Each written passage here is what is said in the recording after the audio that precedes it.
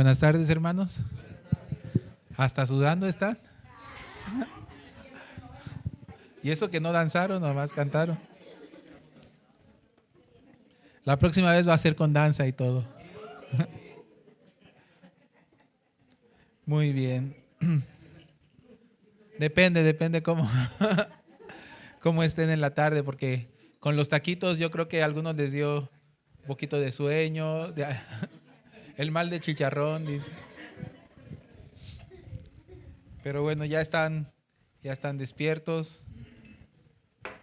A mí sí me gustaría ver de repente que hagan, no sé si existe alguna coreografía de esas alabanzas. Si alguien se la sabe, entonces que la practique el siguiente fin de semana.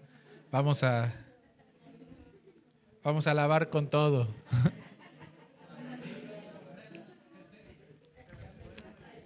Puede ser por familia, sí. Bueno, vamos a abrir la Biblia nuevamente en el libro de Primera de Samuel, capítulo 2. Primer libro de Samuel, capítulo 2.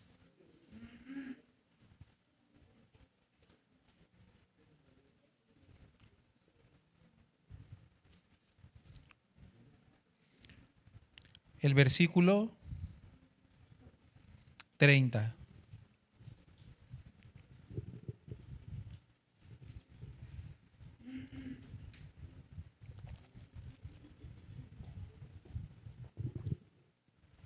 Primero de Samuel, capítulo 2, verso 30. Del 30 en adelante dice así. Por tanto, Jehová el Dios de Israel dice, yo había dicho que tú y tu casa y la casa de tu padre andarían delante de mí, Jehová, nunca yo tal haga, porque yo honraré a los que me honran, y los que me desprecian serán tenidos en poco. He aquí vienen días en que cortaré tu brazo y el brazo de la casa de tu padre, de modo que no haya anciano en tu casa. Verás tu casa humillada mientras Dios colma de bienes a Israel, y en ningún tiempo habrá anciano en tu casa. Hasta ahí. Es la palabra que Dios le dio a Elí al ver que los hijos de Elí menospreciaban tanto el servicio al Señor, tanto el tabernáculo del Señor, y abusaban de su posición en el servicio al Señor. Entonces el Señor, molesto por esta situación, se presentó a Elí y le dio esta palabra. Aquí el Señor tiene una molestia, tiene un enojo. No es propiamente, como les dije desde la mañana, que era la época de la ley y por estar bajo la ley Dios los juzgó conforme a la ley. Esto no tiene nada que ver con la ley. Eso tiene que ver con el menosprecio a Dios. En todo tiempo, el que ha valorado al Señor ha sido exaltado. El que ha menospreciado al Señor siempre será menospreciado. El apóstol Pablo en el Nuevo Testamento dijo, no os engañéis, Dios no puede ser burlado. Todo lo que el hombre sembrare, eso también cosechará. A veces nos equivocamos en el sentido de la gracia. Creemos que la gracia significa poder vivir como queramos, hacer lo que queramos, que no pasa nada, que Dios está en los cielos riéndose, ¿no? Siempre de todo contento y feliz, que Él está siempre por decir así, de fiesta, y ya que estamos bajo la gracia ya no importa nada. No, ya relajémonos todos, ¿no? Entonces creemos en un Dios relajado. Fíjense qué diferencia. Claro que nosotros creemos en un Dios gozoso y feliz, pero decir Dios relajado es otra cosa. Y alguno dirá muy teológicamente, claro, pues Dios está en su reposo. Sí, claro, Dios está en el reposo, pero el reposo nunca quiere decir un Dios relajado. Un día un hermano me dijo, entonces, por estar bajo la gracia, ¿tomaremos a Dios ligeramente? Yo le contesté que no es así. El evangelio que recibimos es gratuito, sin duda alguna. Gratuito, además eterno, además perfecto e incondicional. Pero el hecho de ser gratuito no lo hace sin valor. Y eso es lo que a veces nosotros confundimos mucho. El hecho de recibir algo gratuito no quiere decir que no tenga valor. Esta vez aquí en la ciudad de Guadalajara estamos preparando Scrooge el musical. Les hago una pregunta, ¿Scrooge el musical no tiene valor? Sí. Tiene mucho valor. Primero los jóvenes y todo el equipo de staff y de actores que están preparando el evento. Para poder prepararlo, han tenido que tocar las puertas en muchos lugares para conseguir patrocinios de tela para sus vestuarios, que no son vestuarios baratos, son vestuarios buenos. También para el maquillaje hay unas siliconas que se ocupan para los protésicos, ¿no? Que son algunas partes del cuerpo que hay que, por ejemplo, la nariz o los pómulos que hay que agrandar. Entonces, con estos. Además, los actores cuando usan esto se lastiman. Este silicón les lastima la piel. Cuando mucho tiempo están ocupando estos protésicos, les daña la piel, les quema. Entonces, cuando terminan cualquier función, cuando se quitan eso, tienen toda la piel lastimada, quemada. Y luego cuando viene la siguiente presentación se lo tienen que volver a poner, les va quemando, quemando más. Y también, esto no crean que por ser protésicos baratos, en realidad hasta los actores de Hollywood sufren de esto cuando tienen que usar prótesis. Y también, por ejemplo, el fantasma de Scrooge usa unos pupilentes. Estos pupilentes de color, todo el tiempo le están lastimando los ojos al actor, todo el tiempo sufre de esto. Elías, que es el actor que hace el papel de Scrooge, continuamente él se cae al piso. Entonces, cuando se cae al piso, no solamente a la hora de presentar, a la hora de ensayar, porque ensaya con todo el corazón, siempre que está ensayando se está golpeando. Además, la postura de Scrooge, como es un anciano, tiene que encorvarse, hacerse así medio chuequito. Eso cuando termina cada ensayo está lastimado él. Eso durante muchos meses le dura para poderse recuperar. Y así los jóvenes, ninguno de ellos experimenta la Navidad de cualquier otro. Ellos el tiempo de la Navidad que hacen, todo el día ensayan. Se levantan a las 5 de la mañana, se preparan para el devocional, escuchan la palabra, terminando el devocional hacen su limpieza, rápidamente van a desayunar, después de desayunar tienen el tiempo de oración, después de orar juntos comienzan los ensayos. Así ensayan, luego tiempos de comunión grupal, donde comparten las dificultades que hay en su corazón y ellos son también ministrados por algún maestro encargado de cada grupo de jóvenes y siguen ensayando. El equipo que prepara la escenografía, el equipo que prepara la utilería, todos los días a partir del mes antes de iniciar la gira ya están allí enclaustrados haciendo todas, pintando, haciendo papel maché, cartón y haciendo toda la escenografía de Scrooge. Aparte los que se encargan de luces, video, también preparando toda la iluminación y algún equipo sale afuera a tocar a los empresarios para pedir apoyo, entonces de ahí tienen donaciones de comida, de tela, para que ellos puedan todo ese tiempo alimentarse y puedan todo ese tiempo pues tener todo lo necesario. Poco a poco se han ido haciendo de equipo, pero cada año es necesario renovarlo, reconstruir la escenografía, reconstruir la utilería y renovar los vestuarios, algunos hacerlos nuevos. Bueno, ¿qué les cuento? Yo que estuve allí vi, el trabajo del ensayo es muy arduo y se tiene que luchar contra la carne de los jóvenes. Ellos también se dan cuenta, lo ven allí. ¿Cómo les explico? No quieren actuar, les da pena, les da miedo. No quieren hacer el ridículo, no quieren quitar su postura, tienen mucho miedo de que se vean chistosos o de que pierdan su imagen que a ellos tanto les ha costado trabajo construir, ¿no? Entonces ahí el profesor de actuación, ¿no? Los encargados de toda la, ¿cómo podríamos decir? La parte escénica. Y entonces tienen que luchar con ellos, rompe tu carácter, rompe tu forma, rompe tu miedo y sal de ti mismo y entiende que no es para ti que haces esta obra, sino para los demás. Y entonces en esta lucha a veces terminan llorando, ay, es que no puedo, sí puedes, ¿cómo de que no? Y no puedo, bueno, tú no puedes, pero Cristo sí puede. No, tampoco, ¿cómo de que no vas a hacerlo? Ya no lo quiero hacer, ¿cómo de que no lo vas a hacer? Ay, mamá, papá, ¿qué mamá y papá? Clama al Señor. Y así peleando contra esa carne de los jóvenes, ese desánimo, quitándoles esos miedos, esas inseguridades que salen al escenario así chiquitos cuando su personaje es grande, ¿no? Todas estas cosas durante todo el tiempo están preparando. Llega la hora de la gira Y entonces en la gira van en los autobuses, sin descanso, llegan al lugar donde tienen la presentación, desmontan todo, cargando todos juntos, metiendo al escenario toda la escenografía, no la tienen armada para que quepa en los autobuses o para que quepa en los camiones, la llevan desarmada. A la mera hora tienen que empezar a armar, tienen que empezar a montar las luces. Cuando todas las áreas ya están montadas, entonces comienzan los ensayos generales. Entonces, por lo menos darle 1 o 2 ensayos, de preferencia 2 ensayos, donde los jóvenes al mismo tiempo que están ensayando, los están maquillando, los están arreglando, los están caracterizando, los peinadazos, ¿no? Y todo eso está sucediendo al mismo tiempo, se están cayendo, se están lastimando, los que danzan también actúan, los que actúan también cantan con el grupo musical, y así entre todos trabajan. Entonces están contrarreloj. A la hora de presentar Scrooge el musical, entonces ya tenemos que empezar, ya están listos. Espérenos un poquito, nos falta esto, nos falta, una luz falló, una bocina está tronando, un video no sale. Y ahí están todos corriendo tensos, ya tenemos que iniciar, como sea iniciamos, esperen, iniciamos. Y todos así como, ¿no? No podemos quedar mal con el público, tenemos que iniciar puntual. O si acaso dar unos pocos minutos de tolerancia por si hay algún invitado que no ha llegado, todos tensos. Actores, cantantes, danzantes y también el equipo de iluminación, de staff, de escenario, de microfonía, de audio, todos tensos. Y luego, no solamente ellos, el equipo de relaciones públicas y los conductores, bien amarrados entre los dos.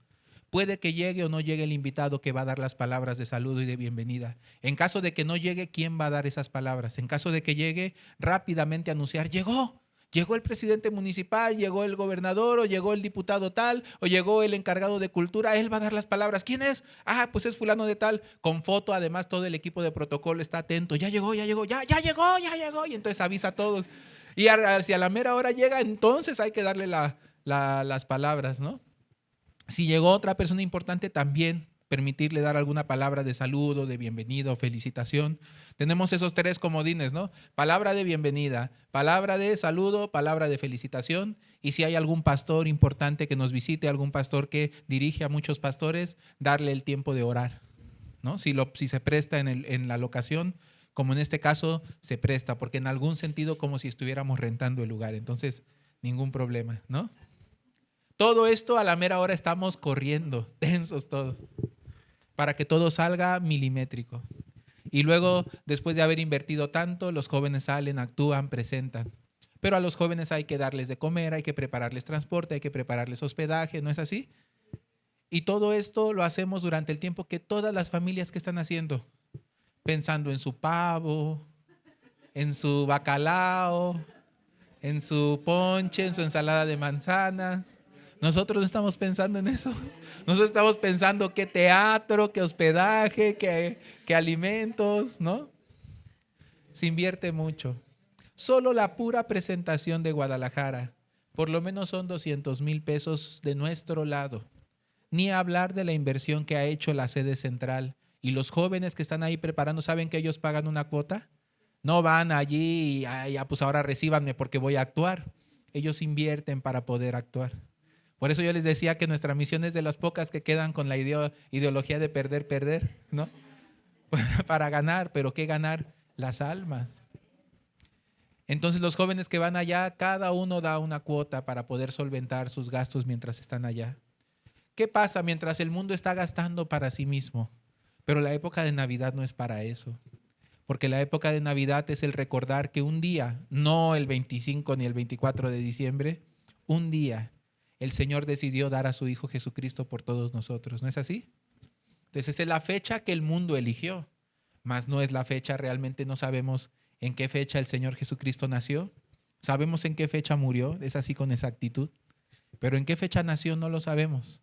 Pero sí sabemos que los ángeles cantaron. Y sabemos, no, en diciembre no tampoco. Lo que sí es seguro que en diciembre no. Eso es seguro. Pero el mundo eligió diciembre para despedir el año recordando esto, lo que los ángeles cantaban a los pastores, ¿no? ¿Qué dice? Gloria a Dios en las alturas y a la tierra paz y buena voluntad para con los hombres.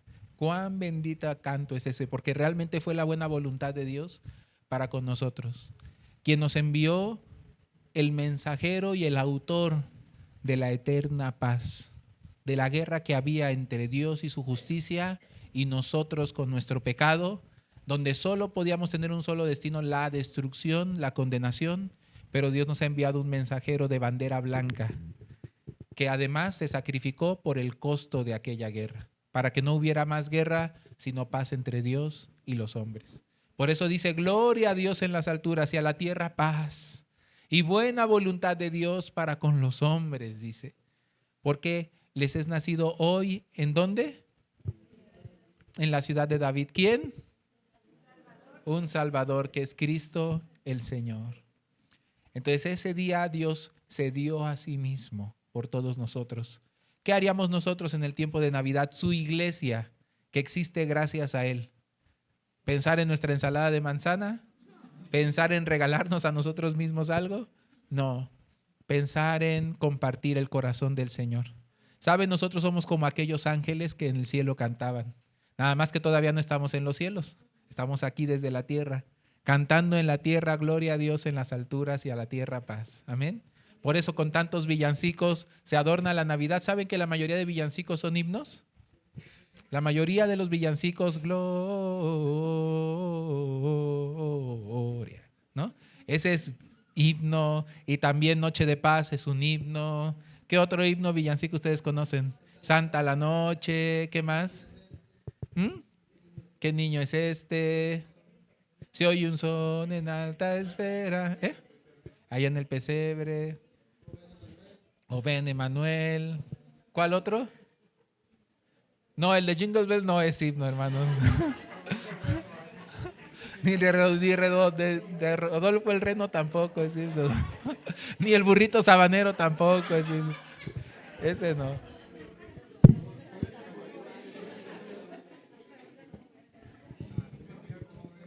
No, nada de eso. Pero los himnos más clásicos, esos son himnos del Señor.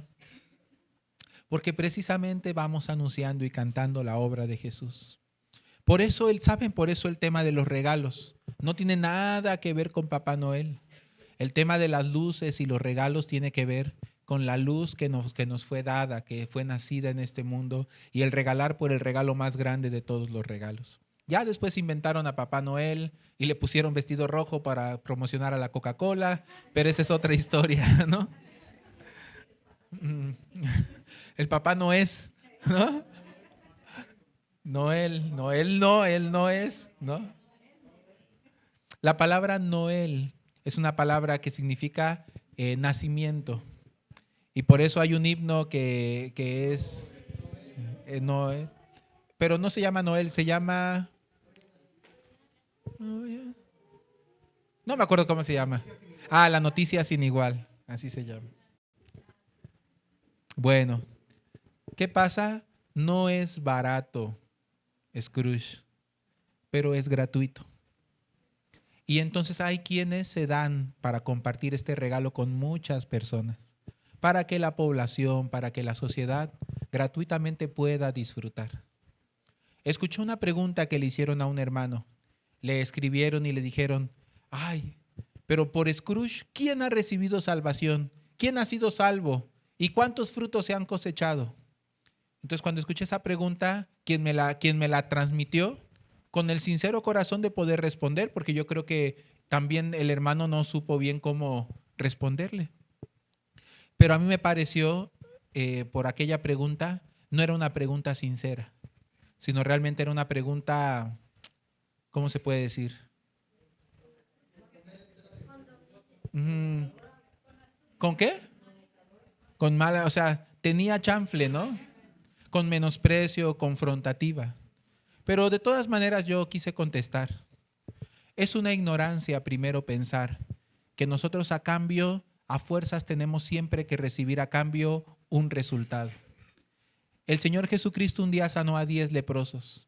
De esos 10 leprosos, ¿cuántos regresaron? Uno solo, dice, y era samaritano el que había regresado.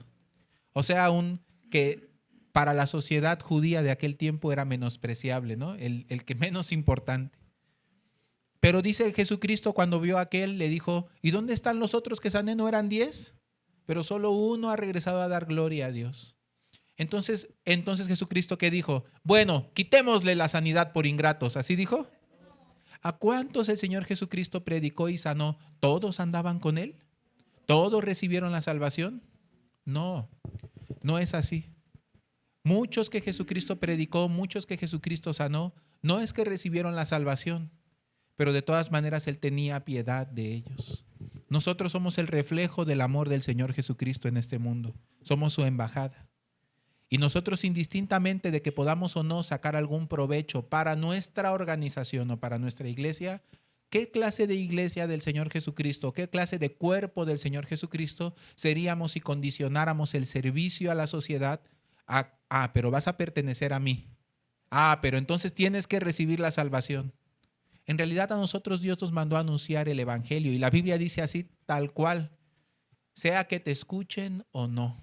¿No es así?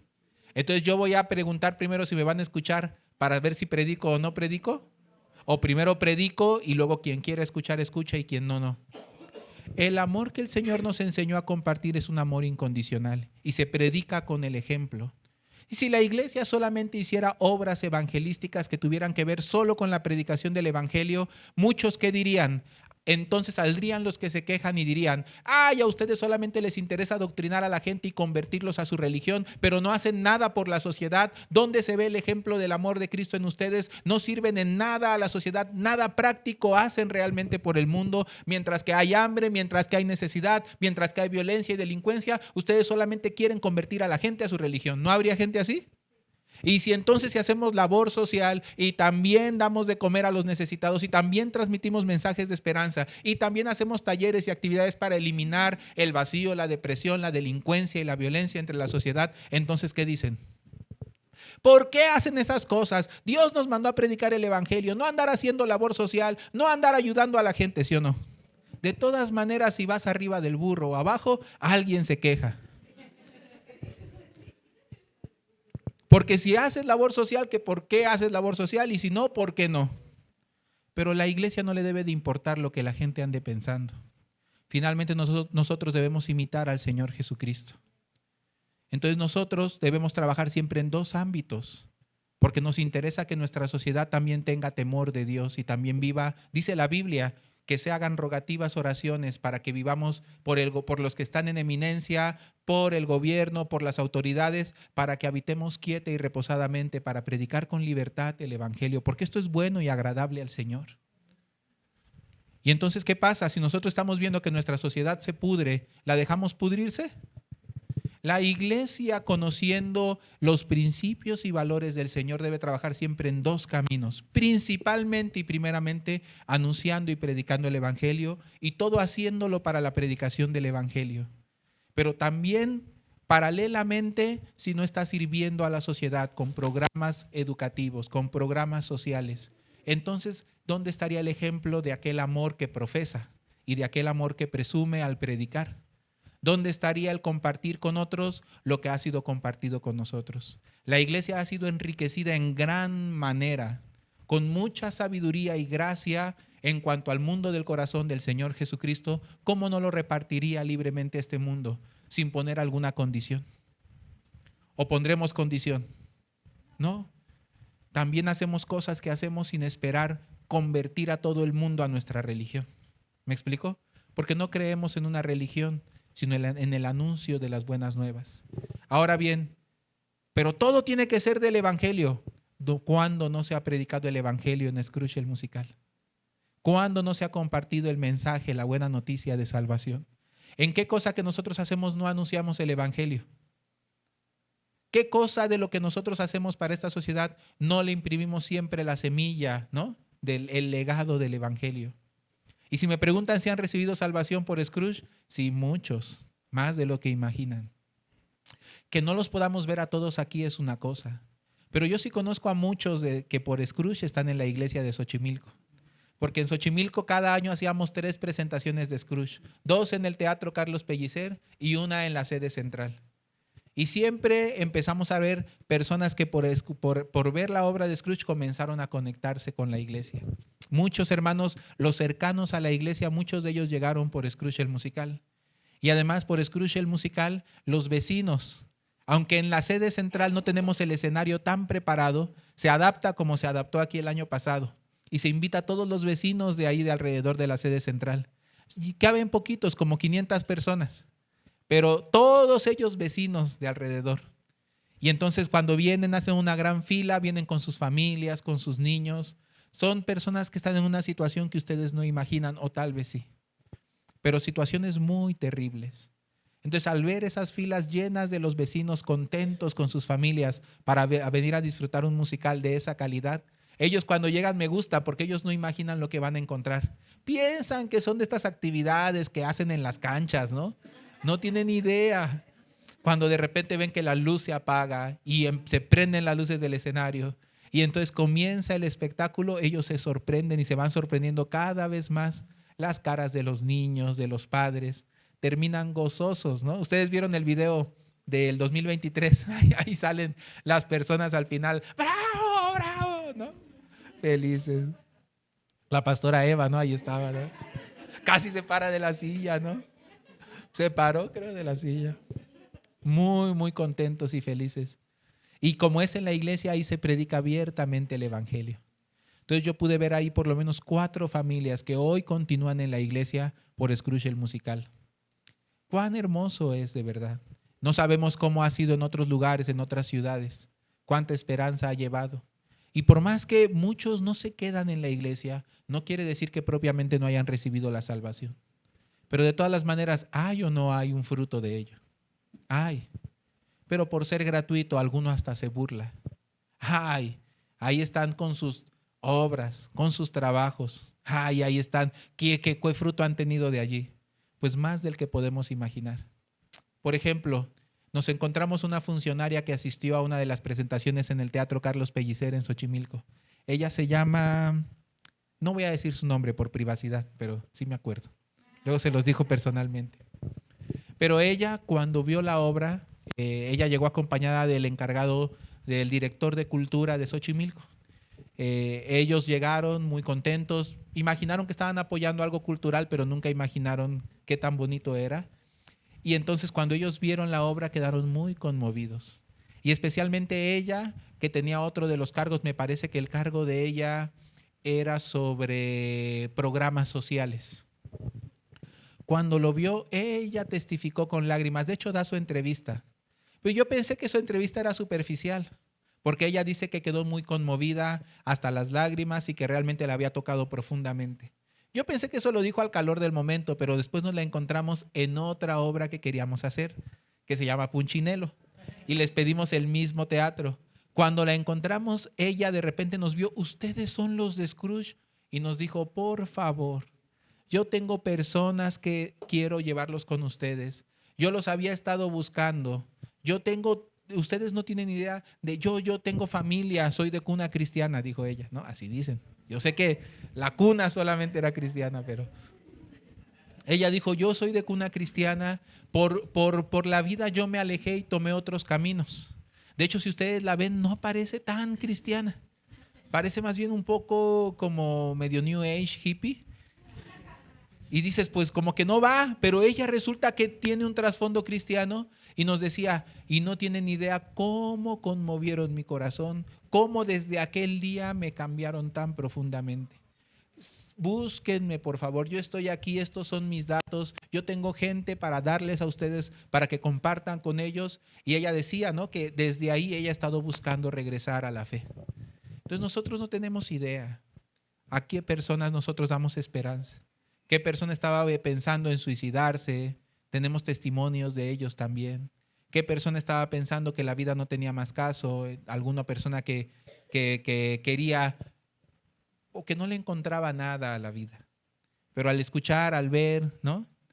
Yo conocí a un joven. A ese joven lo acababan de... Es sobrino de unos que llegaron a la iglesia por Scrooge un año anterior. Luego en un Scrooge, ¿cuál fue? No me acuerdo si fue Scrooge o después de Scrooge hicimos el festival de Good News Corps de los jóvenes.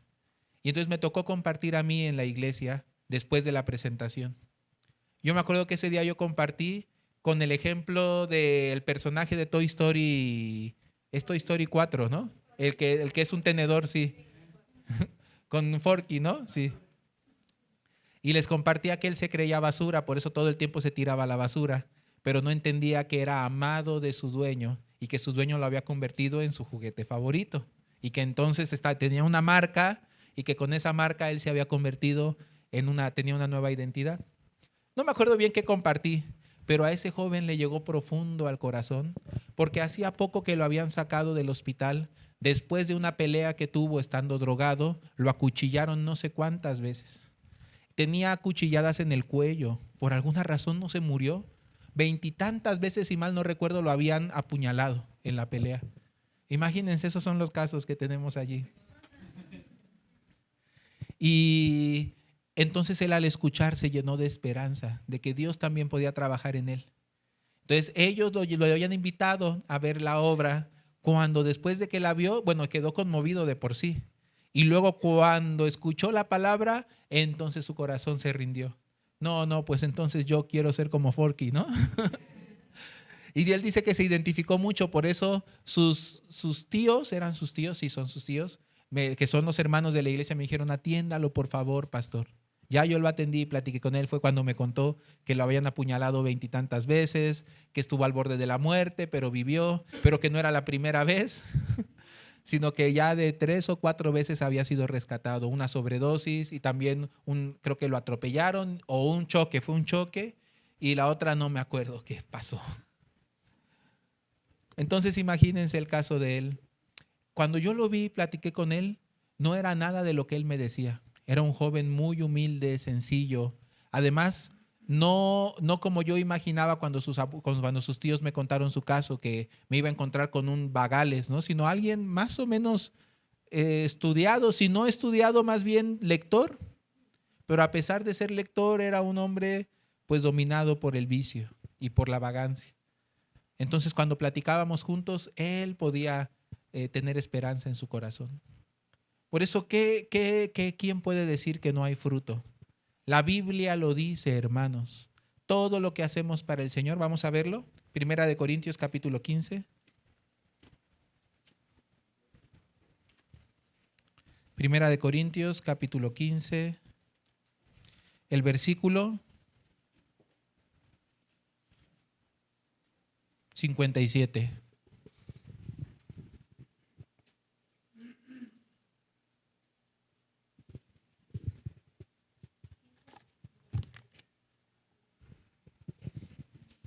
Dice así, 15:57. Mas gracias sean dadas a Dios, que nos da la victoria por medio de nuestro Señor Jesucristo. Perdón, ¿estamos todos ahí? Yo ya estoy.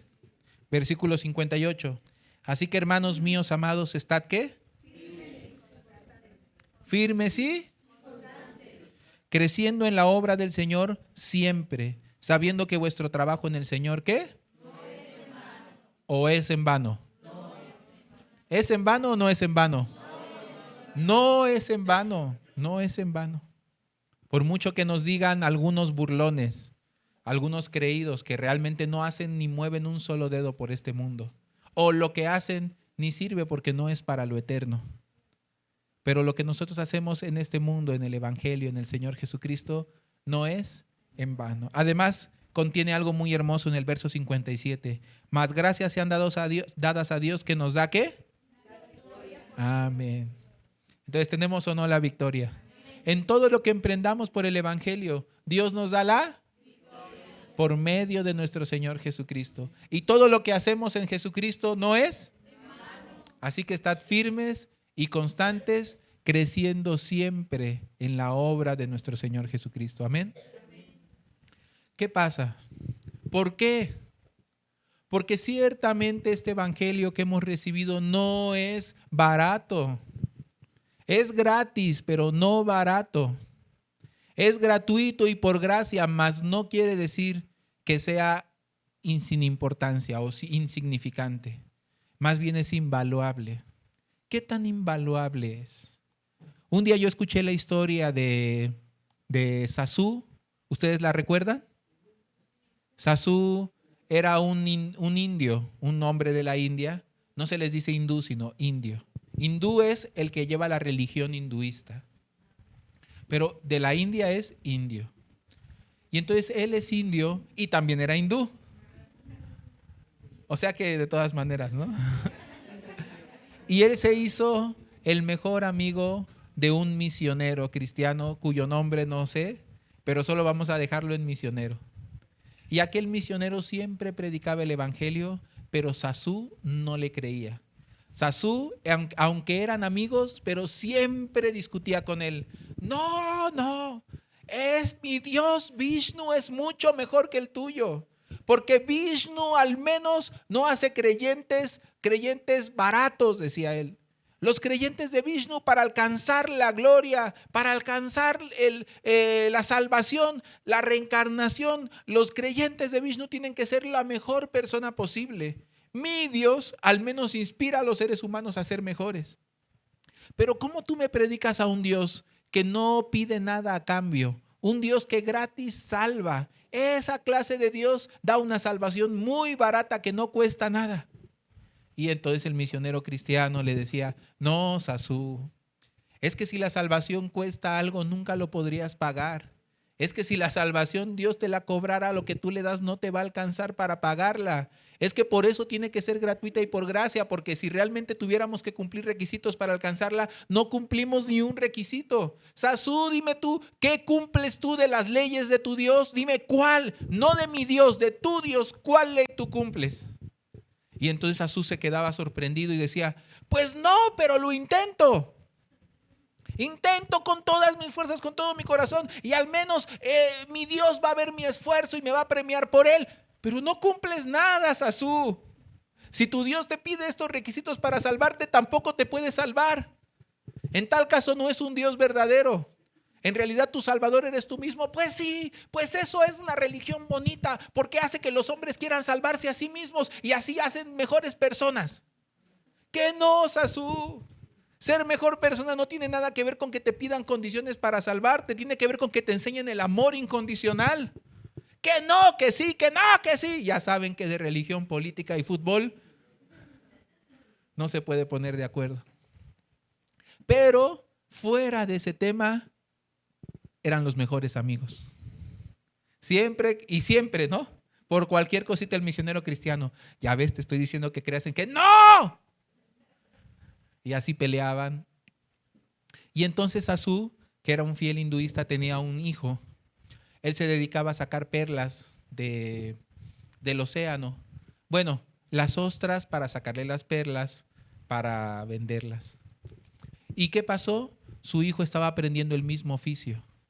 Entonces un día él le advirtió a su hijo que no se metiera en ciertos acantilados donde había muchísimas ostras y había las mejores perlas, pero él, sabiendo que era un lugar peligroso hasta para los expertos, le dijo a su hijo, no te metas allí. Pero su hijo, que se creía experto y no escuchaba a su padre, y entonces dijo, no, sino que me voy a meter allí. Y un día cuando acompañó a su padre cerca de aquel lugar, él se descuidó, su hijo se fue, se metió allí, él le decía, no, y su hijo se metió. En esa zona donde no debía meterse, justo las olas azotan contra las rocas filosas. Cuando su hijo se metió a sacar la perla, nunca más le vio en ese lugar. Lo esperó, no salió, se metió a buscarlo, no lo encontró, se desesperó. De repente, cuando regresó a la orilla, lo vio, el mar lo había escupido en la orilla, pero cuando lo vio ya estaba sin vida. Entonces Sasú, desesperado, fue al cuerpo de su hijo, gritó, lo movió, le quiso hacer resucitación artificial. Finalmente no pudo y vio que su mano estaba cerrada con fuerza. Y dentro de la mano de su hijo, una ostra la había agarrado.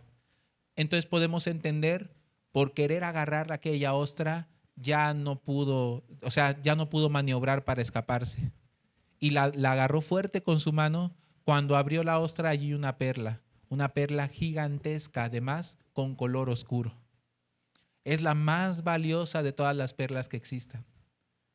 Entonces, cuando vio esa perla, dijo, con razón mi hijo dio su vida porque vio una gran perla en esta ostra. Se lamentó en gran manera y lloró y guardó la perla porque para él esa perla le había costado la vida a su hijo. Entonces él pensó así, aunque originalmente esta perla no tiene, a comparación de la vida de mi hijo, no tiene valor. Pero ya que mi hijo dio su vida por ella, para mí no vale. Ya de por sí una perla de esta clase vale mucho dinero, pero nunca como la vida de mi hijo. Pero ya que mi hijo dio su vida por ella, la voy a evaluar conforme a la vida de mi hijo. Así él la consideró como el precio de la vida de su hijo y la guardó como tesoro porque le recordaba a su hijo. Un día, ya pasando los años, el único que conocía, sabía de esto, era el misionero cristiano. Y pasados los años, entonces el misionero y Sazú ya se hicieron grandes. Sazú sintió que se acercaba el tiempo de partir, que se acercaba el tiempo de despedirse. Y entonces los hinduistas creen en un río llamado río Ganges, en donde lavándose ahí, bañándose ahí, supuestamente son limpiados de sus pecados. Y entonces de repente Sazú le dijo al misionero, misionero, se acerca mi fin. Creo que es tiempo de que ya me vaya a bañar al río Ganges. Y entonces el misionero, conociendo el significado de esas palabras, le dice, ¿de qué hablas, Sazú? ¿Para qué te vas a bañar en ese río? Lávate en la sangre de Jesucristo. El río no te puede quitar los pecados, pero Jesucristo sí. ¿Qué no, misionero? Que nosotros tenemos un río en el cual cuando nos lavamos nos limpia de todos nuestros pecados. Y todavía el misionero le preguntó, ¿y entonces qué es lo que te salva? ¿Bañarte en el río que te limpia de tus pecados o cumplir los mandamientos de tus dioses? Y entonces él dijo, las dos cosas. ¿No entiendes que es uno de los requisitos? Lavarse en el río y también portarse bien y haber hecho lo mejor posible en la vida. Todo cuenta. Ay, ¿quién te entiende? Es que tú no me respetas. Es el tiempo de mi fin, pero tú no quieres que yo me vaya a bañar al río Ganges. No, Sazú, porque eso no te lava de tus pecados. Pero ¿cómo crees que un río sí te lava de tus pecados, pero la sangre de Jesús no te lava de tus pecados? ¡Que no! Oh, bueno. Pero tengo algo que darte. Tú eres mi único amigo. Tú eres mi único y verdadero amigo más cercano. Solamente a ti te lo puedo dejar porque tú sabes que mi hijo murió. Y sacó en un cofrecito, lo abrió, estaba la perla de su hijo. Y le dijo, esta perla tengo para ti. Entonces le dijo el misionero, ¿es la perla de que tu hijo murió? Sí, es la perla de mi hijo. Tú sabes que mi hijo dio su vida para conseguir esta perla, pero no tengo a quién dejársela. No tengo a quién dejársela que realmente pueda valorarla, que conozca su valor. Todo a quien yo se la dejara, en ella va a haber dinero. Pero a ti, si yo te la dejo, yo sé que tú vas a ver la vida de mi hijo. Entonces a ti te la voy a confiar. Y entonces se la está dejando al misionero cuando el misionero le dice, no, no lo puedo aceptar. Es que mira, Sazú. Y Sazú le decía, ¿qué? Y entonces el misionero se mete las manos en la bolsa, saca su cartera, revisando su cartera le dice, tengo solamente como $400. Pues si quieres ahorita te doy esto y después te paso lo que falta. ¿Qué te parecen unos $1,000? Entonces Sazú, cuando escuchó eso, imagínense, ¿eso no es un insulto? Y entonces Sazú le dice, ¿qué te pasa? ¿Cómo te atreves a maldecirme de esa manera? ¿De qué hablas, Sazú? Le decía el misionero. Yo solamente quiero pagarte lo que vale esa perla. No, estás loco. ¿Tú no entiendes lo que vale esta perla? Esta perla es la vida de mi hijo, ¿entiendes? Entonces el misionero le dice, perdóname, realmente me equivoqué. ¿Qué te parece si llamo a mi cobertura? Le pido a los que patrocinan la misión aquí. Yo creo que si entre todos juntos ofrendamos, podemos comprártela. ¿Por qué te parece? ¿Unos 50,000?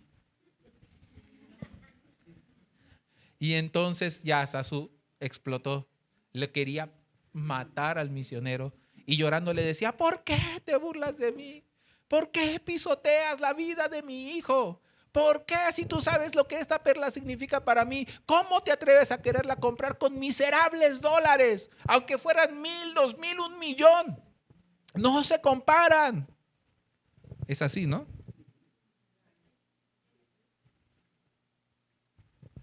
Ni con millones de dólares puedes comprar esta perla. Es invaluable. A mi hijo le costó su vida. Y entonces el misionero se empezó a reír. Ja, ja, ja, ja, ja, se reía. Y el otro, más sorprendido todavía, no entendía. Lo dejó sin palabras. Quedó pasmado. ¿Y este de qué se ríe? ¿Se burla de mí? Y le dijo, Sasú, ¿no? Sasú, eso es lo que me da risa. La vida de tu hijo vale tanto que no se puede comprar con dinero. Y el hecho de que yo la quiera comprar con dinero para ti es como pisotear a lo que tu hijo hizo a su vida. Sasú, y tú quieres comprar con tus miserables obras la salvación. Lo que Jesucristo, el Hijo de Dios, dio su vida por conseguir y alcanzar. Nuestras almas las compró a precio de su sangre. Para alcanzar nuestras almas, su Hijo Jesucristo murió por nosotros para podernos redimir. Y esa redención no tiene precio, es invaluable. Porque le costó a su Hijo, al Hijo de Dios le costó su sangre, su vida. De esa manera nos salvó y nos compró. Luego tú esa salvación la quieres comprar con tu miserable religión, con tus miserables obras, con tu miserable justicia, aunque ni alcanzas a cumplir ni un mandamiento, ni de tu religión ni de la de ninguna. Pero así tú quieres comprar con esa miseria algo que al Hijo de Dios le costó la vida alcanzar.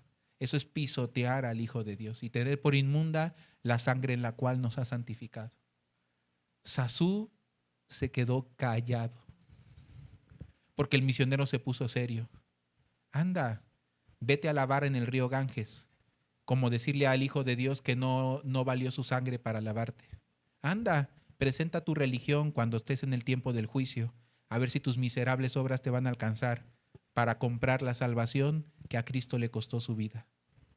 Y entonces Sasú cayó de rodillas, llorando, aceptó.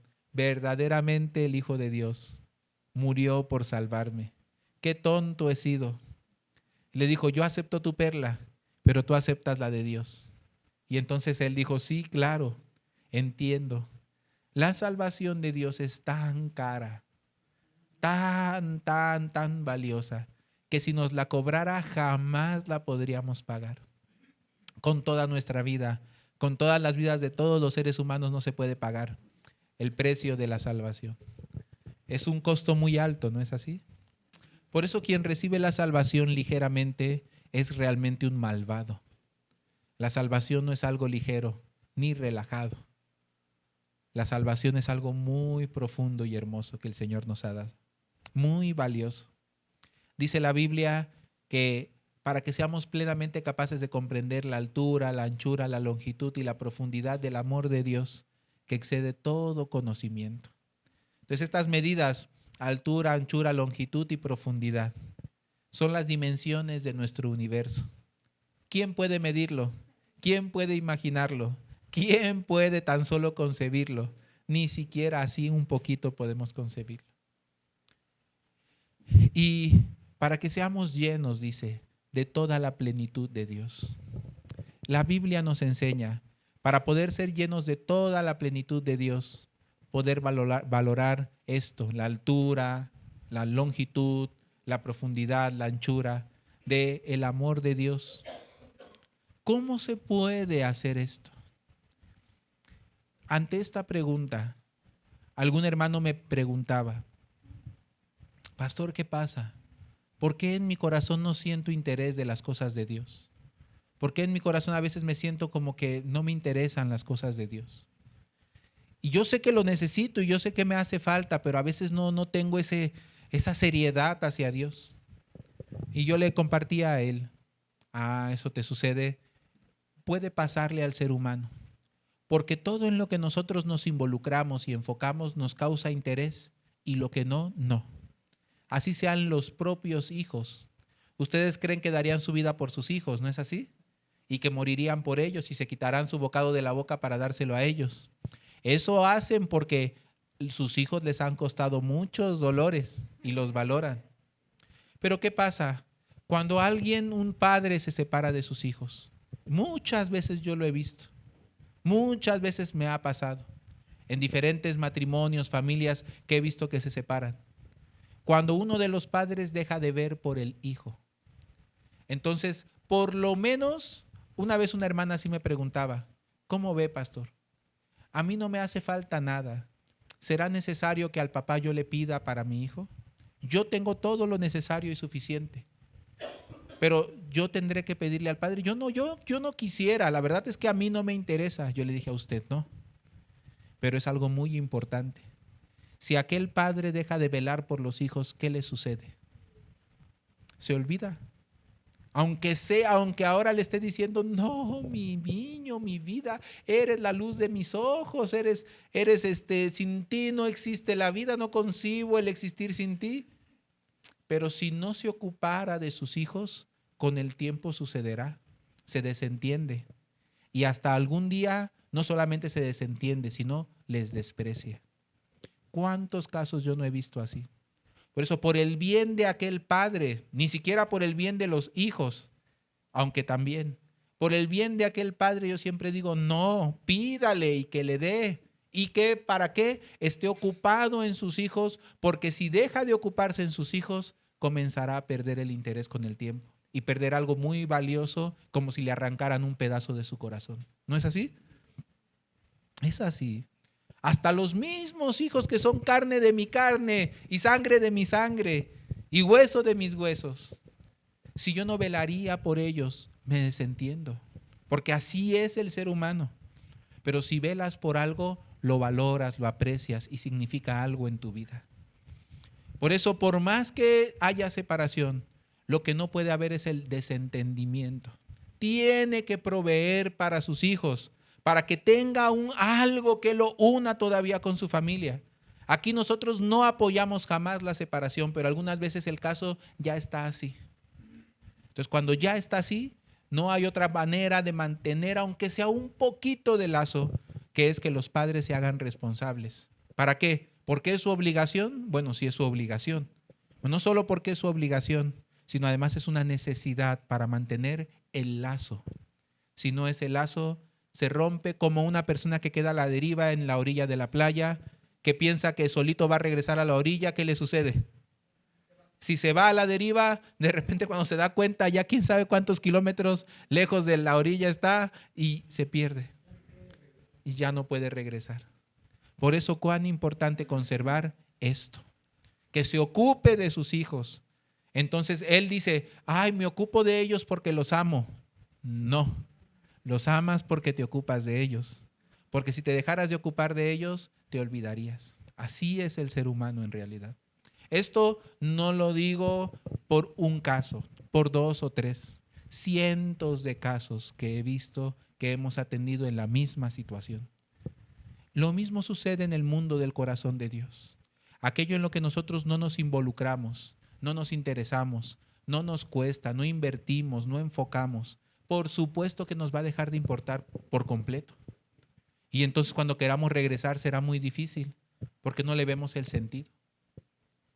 Y entonces, ¿qué pasa? Para nosotros de repente la fe, la iglesia, los asuntos para el evangelio llegan a ser muy ajenos, muy lejanos.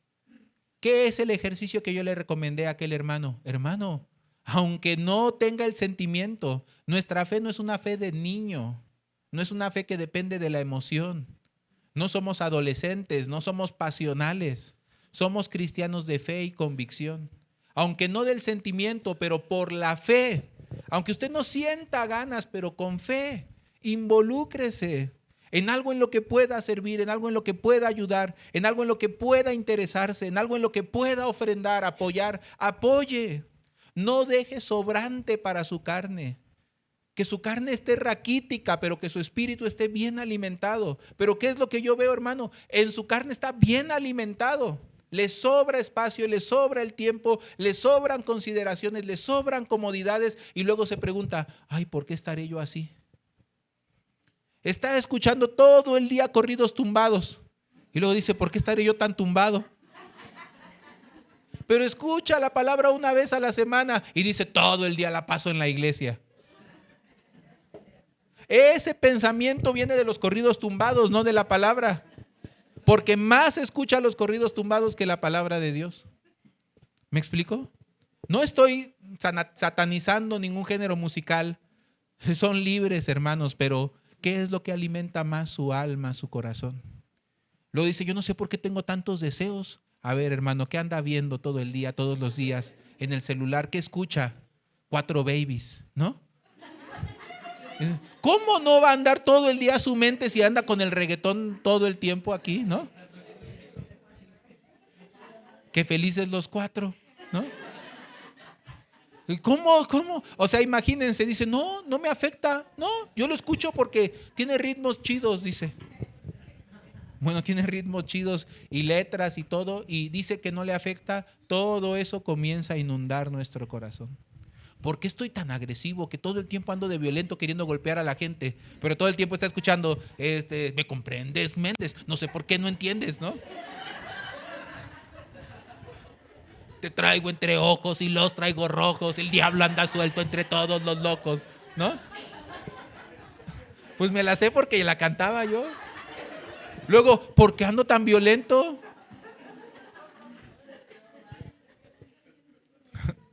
Sí, eran mis tiempos esos, Control Machete y Molotov y esas cosas. Y luego uno dice, ¿por qué ando así? ¿Cómo no? ¿Cómo no andar así? ¿Qué metes en tu corazón? No digas no me afecta, claro que te afecta, pues ni que fueras qué. Todo lo que ven tus ojos, todo lo que escuchan tus oídos llega al corazón. Entonces finalmente luego dice, ¿por qué ando tan depresivo? Pues cómo no, si anda, él me mintió, él me engañó, él me dijo que me amaba y no era verdad, ¿no? Ay, ¿por qué extraño tanto mi vida pasada, no? Ya lo había superado, pero hombre, todo esto. Pero si se involucra, entonces ponga himnos, ponga alabanzas, escuche predicaciones. También algunas veces si usted quiere tener un poco de entretenimiento, pero eso no es lo fundamental. Pero principalmente, ¿qué me alimenta? Me levanto, oro a Dios. Algunos contenidos que veo edifican o solamente son basura. Ahora somos, como dicen, esclavos del ¿cómo le llaman? Al scrolling, que es estar en el teléfono subiéndole y subiéndole. Pues claro, de repente te vas a sentir muy vano, muy vacío. Luego vas a decir, ay, como que no sé qué me pasa, como que Dios no me llena. No, no hay nada de Dios en tu corazón. Solo estás lleno de recetas de cocina, ¿no? Estás lleno de habilidades no sé, de cosas del yoga, de quién sabe qué. No son necesariamente cosas malas, hay unas que sí son terribles, pero finalmente son cosas que nos distraen de lo esencial. ¿Y qué pasa? Yo recomiendo, involúcrese, métase en el evangelio, sumérjase allí. Verá, aunque al principio, como cuando alguien se mete a nadar al agua fría, siente, ay, no me gusta, no me gusta. Nádale, ¿qué le dicen los que ya están adentro? Nada, está rica el agua, está sabrosa. Ay, no, está horrible, se sale. Pero si se vuelve a echar otro chapuzón y nada un poco, con el tiempo, ¿qué pasa? Dice, ay, qué rica está el agua, qué sabroso.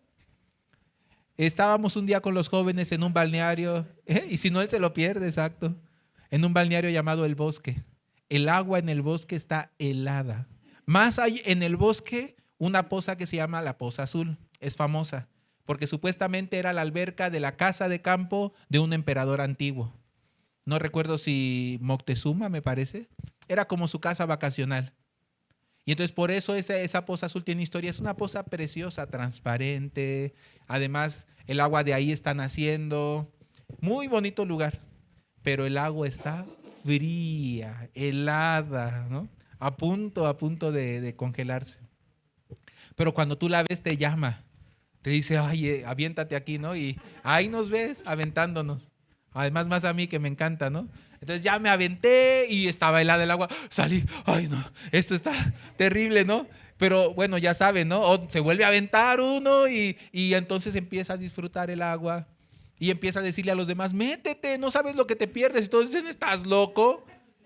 Y entonces tú les llamas, métete para que veas. Y cuando se mete también, ¡ay, no se puede!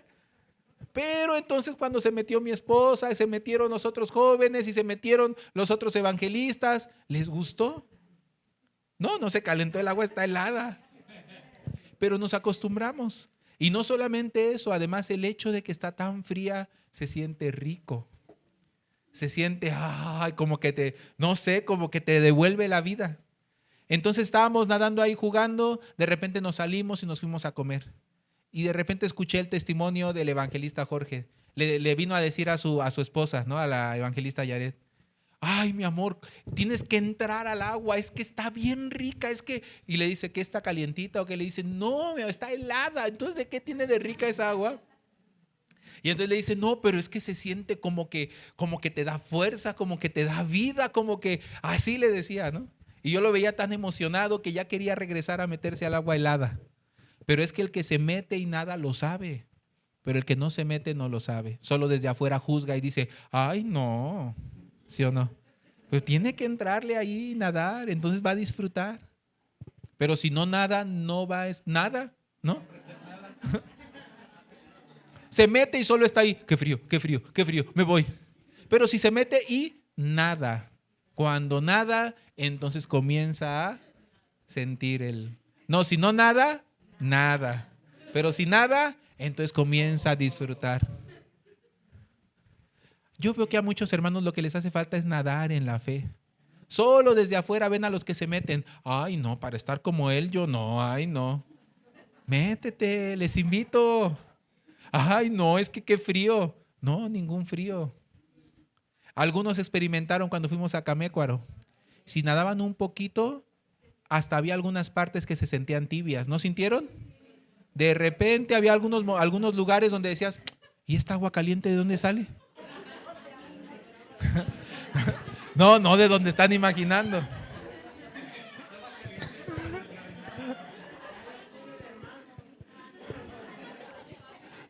Nada, nada. Es un lago natural que todo el tiempo el agua está fluyendo, no, nada de lo que ustedes están pensando. Qué astutos, ¿no? Qué manera de batear la palabra.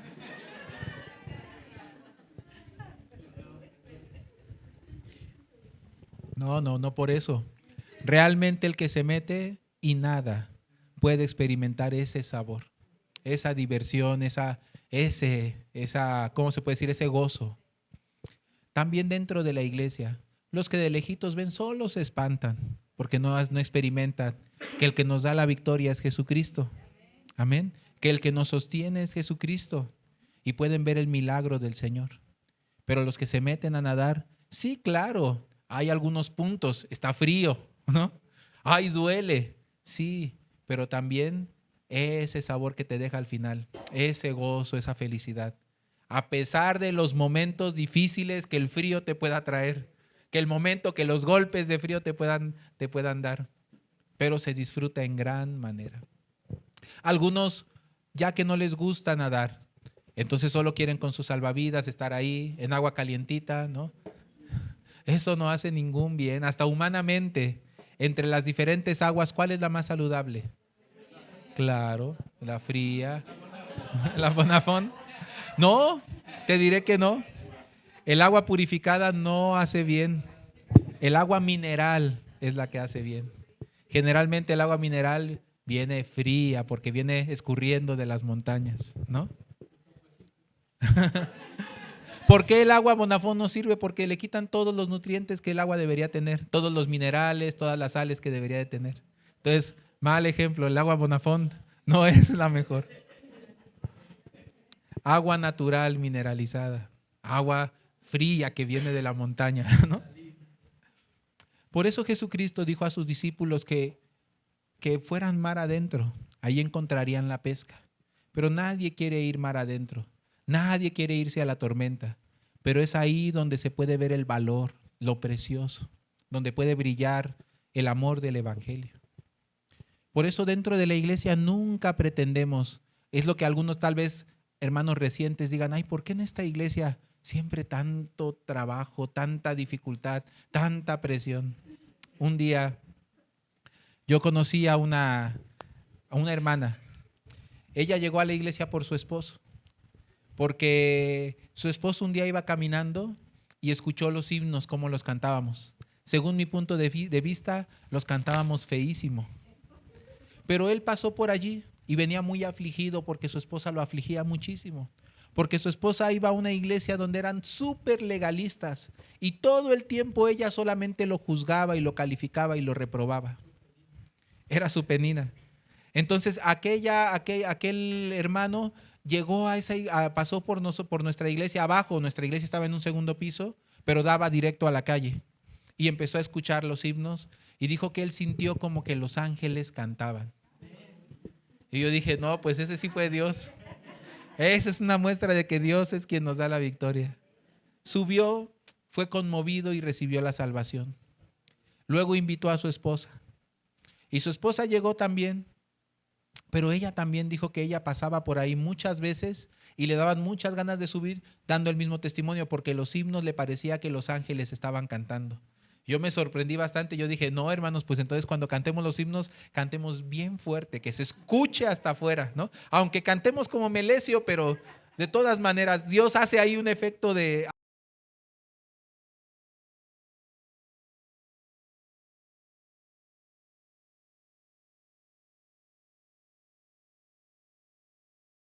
Y empezó a congregarse con nosotros. Su hija tenía cáncer, era una bebé. ¿Cómo qué edad tendría su hija, mi amor? Como 2 años, chiquita. Pero le habían diagnosticado cáncer y la tenían que operar una vez más de varias veces que ya la habían operado. Tenía una raya desde acá, desde su pecho, desde la clavícula, acá, ¿cómo se llama esto en medio? Bueno, desde aquí hasta debajo del ombligo, ¿no? Y entonces era un caso pues ya de que no tenía esperanza. La hermana un día se decidió para creer en Dios y dijo, no la opero, confío en Dios. Aunque yo le dije, mire hermana, los médicos también, Dios los da. Ella dijo, no, no pastor, yo ya me cansé. Ella no tiene esperanza, solo me dan esperanza de alargarle la vida. Entonces, ¿de qué me sirve alargarle la vida? Si no se la da, entonces ¿para qué la tengo artificialmente viva? Que Dios sane a mi hija. Y Dios le dio la certeza de que Dios había sanado a su hija. Cuando después le fueron a hacer los estudios, la hermana vino bien contenta. La niña no tenía nada. Solo se le quedó la rajadota, ¿no? Pero no tenía nada. Hasta el día de hoy la niña ahí está. Tiene la cicatriz, casi no se le ve ya. Ya está grande. Pero a mí me da mucho gusto verla porque yo sé que Dios qué milagro hizo en ella. Y además esta hermana, un día estábamos planeando un seminario bíblico. En aquel tiempo la iglesia era muy reciente, muy nueva. Y como la iglesia era muy nueva, pues para nosotros un seminario bíblico era un gran desafío. Y estábamos calculando y haciendo el presupuesto. Y entonces yo me reuní con los directivos, así como estamos ahorita nosotros. Yo estaba en una mesita y empezamos a hacer el presupuesto. Tal área, ¿cuánto? Tal área, ¿cuánto? Dividimos en áreas el seminario, cada área, ¿cuánto presupuesto iba a gastar? Hicimos un presupuesto, más o menos nos toca de a tanto. Bueno, hermanos, ustedes ya saben, vamos a ofrendar con este corazón, no pensando en ofrendar lo que a cada quien le toca, sino lo que cada quien Dios le permita. Algunos menos, pero algunos más. Entonces nadie mire al de junto. Pero más o menos ya vimos que si cada quien ofrendara tanto, lo podemos juntar sin problema. Y entonces los hermanos dijeron, amén, ¿no? Y entonces ya empezamos a planear, entonces tal área de esta manera va a trabajar, esta área de tal manera va a trabajar, esta área de tal manera, tal área también de esta manera tiene que trabajar, por favor que se apuren. Y empezamos, bueno hermanos, ya en sus marcas, listos, fuera. Y todos se pusieron a trabajar. Y la hermana se quedó sentada porque yo abrí la reunión no solamente para los hermanos directivos, sino para todos los hermanos. Porque en ese tiempo una iglesia tan nueva, pues ¿qué hermanos directivos va a tener? Entonces yo invité a todos, ¿no? La hermana se quedó sentada en su lugar con los ojos abiertos y se acercó conmigo y me dijo, pastor, yo en ese tiempo todavía yo era seminarista, pero ella me decía pastor porque era el que pastoreaba la iglesia. Y entonces me decía, pastor, ¿qué hermana? ¿Qué pasó? ¿Esta iglesia es para ricos? Y yo le dije, ¿ve usted entre nosotros a alguien que sea rico, hermana? Y entonces ella volteó y dijo, no, no, de hecho por eso me sentí tan tranquila porque yo vi que todos son igual que yo. Le dije, sí, hermana, todos somos igual que usted. Pastor, pero no tenemos dinero. Y ella me dijo así, somos gente pobre. Y yo le dije, no somos pobres, somos ricos. Oh, pues no, que no es para ricos. Yo le dije, somos ricos porque tenemos a Jesucristo. Y si tenemos a Jesucristo, lo tenemos todo. Pastor, pero todos están trabajando y haciendo algo para lo que no tenemos dinero. ¿Cómo ustedes así? Simplemente usted hace un presupuesto, dice vamos a juntarlo, dice y solamente avanzan. Pastor, yo le digo, yo no tengo, mi familia no tiene. Y yo llamé a un hermano, hermano Mario, venga para acá. Hermano, ¿usted tiene dinero? Hermano Mario dijo, no. Y llamé a otro hermano, hermano Víctor, venga para acá, ¿usted tiene dinero? No, pastor. Hermano fulano, y ya le llamé al otro hermano, hermano, ¿usted tiene dinero? No. Y le dije, hermana, nadie tenemos. Y entonces, ¿cómo ustedes están tan tranquilos? Se nos viene encima un evento para el que no tenemos dinero. ¿Por qué están tan tranquilos? Me decía la hermana. Ah, porque Dios nos va a dar, hermana. Porque estamos seguros y tranquilos que cuando servimos al Evangelio, Dios trabaja por nosotros. Y así entonces la hermana se quedó pues tranquila, un poco inquieta como a ver. Y esa vez ella vio. Faltando poco tiempo para el evento, de repente todos los hermanos comenzaron a cooperar y colaborar. Entonces se juntó lo prometido y más. Y pudimos darle ofrenda al expositor. Yo les di testimonio a los hermanos, les presenté la cuenta. Los hermanos se sorprendieron, quedaron felices. Y a lo que sigue. ¿Y qué era lo que seguía? Un retiro nacional. Para el retiro nacional era aquel famoso retiro que se hizo en Monterrey. Cuando se hizo en Monterrey, no sé si se acuerdan que anunciaron que nos iban a dar, que apartáramos pronto porque algunos iban a quedar en el Hotel Sheraton. Los que cupieran, y los que no cupieran en el Sheraton, había otro hotel junto que se llamaba Hotel Monterrey, algo así, ¿no? El Sheraton de 5 estrellas y el de enfrente de 4 estrellas. Entonces, para poder reservar, digamos, para asegurar que te tocara cuarto en el Sheraton, tenías que obviamente pagar tu cuota primero. La cuota no es otra cosa sino el gasto de la habitación. En realidad ustedes saben que el retiro cuesta muchísimo más. ¿Qué pasa? Los hermanos comenzaron a quejarse. ¡Ay! Entonces a los ricos les dan prioridad porque son los primeros que van a pagar. Y entonces, ¿qué culpa tenemos nosotros? Porque a nosotros nos van a relegar al otro hotel. Así algunos hermanos se quejaron y yo les trataba de explicar, hermanos, no piensen así, pero es que es obvio que los primeros que puedan apartar, pues así se va a ir llenando las habitaciones del primer hotel y los que te tarden más, pues se van a ir llenando del segundo hotel. O sea, no es algo que dependa ni siquiera de nosotros. No, pero que no sé qué. Y la hermana dice que se acordó. El pastor nos dijo que si tenemos a Jesucristo lo tenemos todo. Iba orando. Cuando de regreso de la escuela de su hija, iba pensando, ay, mi cuota, la cuota de mi hija, de mi otra hija y la cuota de mi esposo. Ay, y además quiero invitar a mi sobrina. Ay, iba así orando, Señor, ayúdame. El pastor dijo que no era de quien tuviera dinero, sino de quien tuviera a Dios. Y finalmente oraba. De repente, mientras oraba, pateó algo que la deslumbró y de repente se asomó. Era una cadena, ¿sí era una cadena? Una cadena, ¿no? De oro. Y ella dijo, a ver, ha de ser fantasía, ¿no? Pero cuando la palpó su peso, dice que luego buscó, no pensó de inmediato de que quedárselo. Empezó a preguntar, nadie. Y entonces de repente dijo, qué raro, la guardó. Y aunque estuvo preguntando, investigando en la escuela con los padres, dice que nadie. Y luego se acordó. ¿Y si, a ver, la fue a evaluar y le decían que le daban tanto en el empeño por ella? Ay, a mí no me interesa tener una cadena de oro, pero lo que me pueden dar por ella sí me interesa. Y dice que con lo que vendió la cadena pagó la cuota de ella, de su esposo, de su hija, de su otra hija, de su sobrina y pagó también y dio también ofrenda.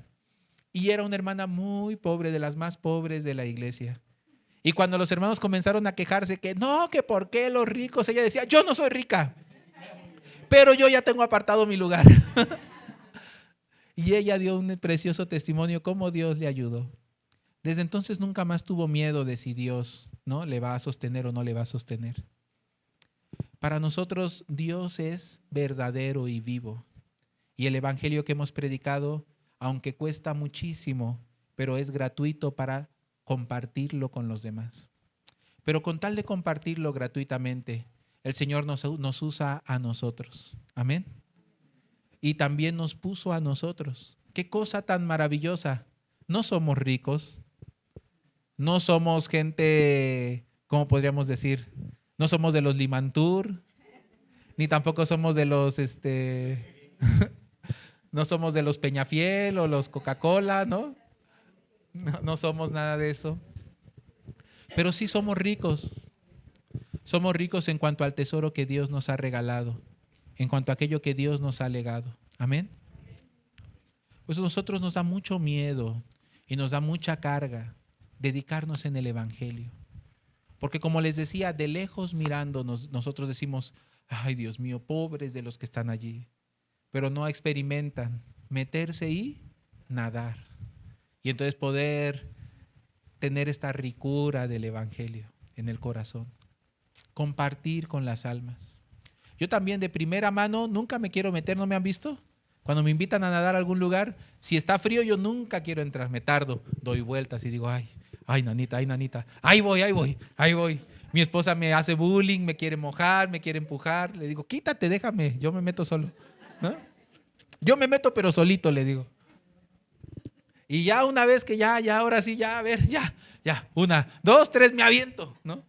A mí me dicen, no te avientes, hace daño porque el corazón y la exalta. Y puede ser que te dé un paro. Le digo, bueno, pues nunca me ha pasado, ¿no? Yo me aviento porque si no me aviento, no, así de poco a poquito es peor para mí. Y entonces cuando me aviento, sí, al principio, ay, Dios mío, está bien feo esto, ¿no? Luego me salgo un poquito, porque al principio de momento no aguanto, pero luego digo, va otra vez. Cuando vuelvo a entrar, ya. Me pongo a nadar un poquito y disfruto. Y digo, ay, pobres de los que por el miedo, por ser demasiado finos, ¿no? Demasiado delicados, no se meten a disfrutar esto. La vida de fe, en la medida que ustedes se involucran, encontrarán su hermosura, su sabor. Encontrarán lo precioso. Pero si desde lejos nada más mira, obviamente pierde el interés y lo va perdiendo, lo va perdiendo. Pero si el Evangelio no es lo que lo llena, le hago una pregunta, ¿y qué le va a llenar? El fashion, las recetas de cocina. Por un instante esas cosas son lindas.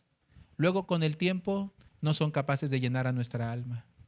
Una persona, girar alrededor de una persona, mi esposa podrá llenar mi corazón. A mi esposa yo la amo mucho, pero ella no es el centro de mi universo. El centro de mi universo, y ella lo sabe bien. Para que podamos llevar una buena relación, el centro de mi universo no es ella, es Jesucristo. Y también el centro del universo de ella no soy yo. Parece.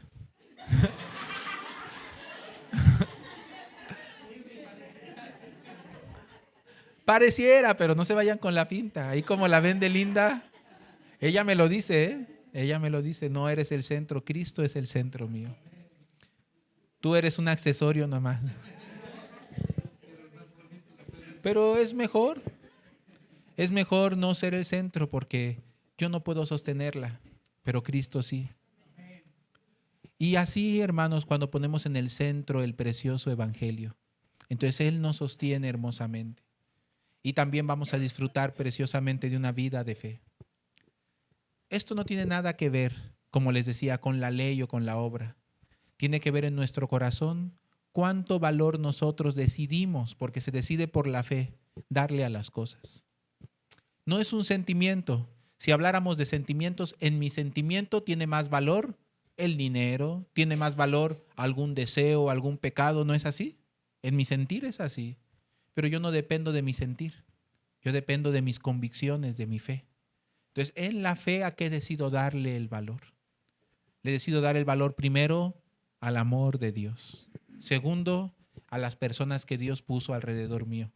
Tercero, a las labores del evangelio para predicar, para anunciar, para compartir este precioso amor con las personas que puso alrededor y más allá. Y tercero, ya no sé, ¿no? Digo, más bien cuarto, ¿no? Cuarto, ya no sé, eso ya ese orden no me interesa tanto. Primero y segundo y tercer lugar, en mi corazón, a qué yo con mi fe decido darle el valor. Por eso yo le dije a aquel hermano, tener seriedad hacia Dios no es de sentimiento, es de convicciones. Y si usted comienza a nadar en el camino del Evangelio, comenzará a tener ese gozo y ese interés también. Pero si usted está esperando un sentimiento mágico, usted tiene la madurez de un niño chiquito que quiere sentir, ¿no? Entonces eso no es así. Una fe dependiente del sentir es una fe muy inmadura. Al principio sí, tal vez a alguno Dios le permitió mucho sentir, ¿no? Sentir mucha pasión, mucho fuego, mucho amor por el Evangelio, pero con el tiempo Dios nos va haciendo maduros y nos va enseñando no a depender de lo que nuestro corazón dicta o siente, sino de las convicciones por la palabra de Dios y por el entendimiento, por el arrepentimiento que hay en mí. Al verme, como compartí en la mañana, tan necesitado, aunque ahora yo no me siento un miserable, no me siento un fracasado, no me siento una persona inútil o vil, una persona que se la lleva a la tormenta. ¿Por qué no me siento así? Porque la gracia de Dios sobre mi vida, ¿no? Me ha dado una vida distinta, me ha saciado el alma, el corazón, me ha llenado de gozo, pero no me confunda. El hecho de que la gracia de Dios sobre mi vida está y me hace sentir su gozo, su esperanza, su paz, ¿no? Me hace sentir honrado y privilegiado, no quiere decir que yo no siga siendo el mismo miserable, fracasado, inútil y vil, que si la gracia de Dios no lo cubriera, igual estoy muerto. Y lo más hermoso de todo, con la historia que compartí de Esazú, esa perla valía porque el hijo de Esazú había dado su vida por ella. Así también nosotros, no sé si llamarnos perlas, ¿no? Más bien somos como piedras, carboncitos, ¿no? Carboncitos que sí, con mucha presión se van convirtiendo, ¿no? En diamantes. Diamante en bruto, dicen, ¿no? Más, yo me hablo de mí. Yo soy más en bruto que diamante, pero hay diamantes en bruto, yo soy en bruto diamante, ¿no? Pero lo importante no es la pieza en sí, sino quién dio su vida por ella, ¿no es así? Eso es lo que le da valor, eso es lo que le da identidad y le da significado. Quien dio su vida por nosotros. Amén. Y eso es lo que el mensaje que transmitimos a los que no conocen y no saben quién son, ni quién dio su vida por ellos. Y como Forky se siguen tirando a la basura porque no creen que son realmente importantes en el corazón de Dios. Luego descubrirán, por nuestras vidas descubrirán lo muy amados que son. Amén. Entonces ustedes, hermanos, ¿quieren meterse a nadar con el Evangelio? Amén. Por un momento sentiremos, ay, ¿no? Qué miedo, ¿no?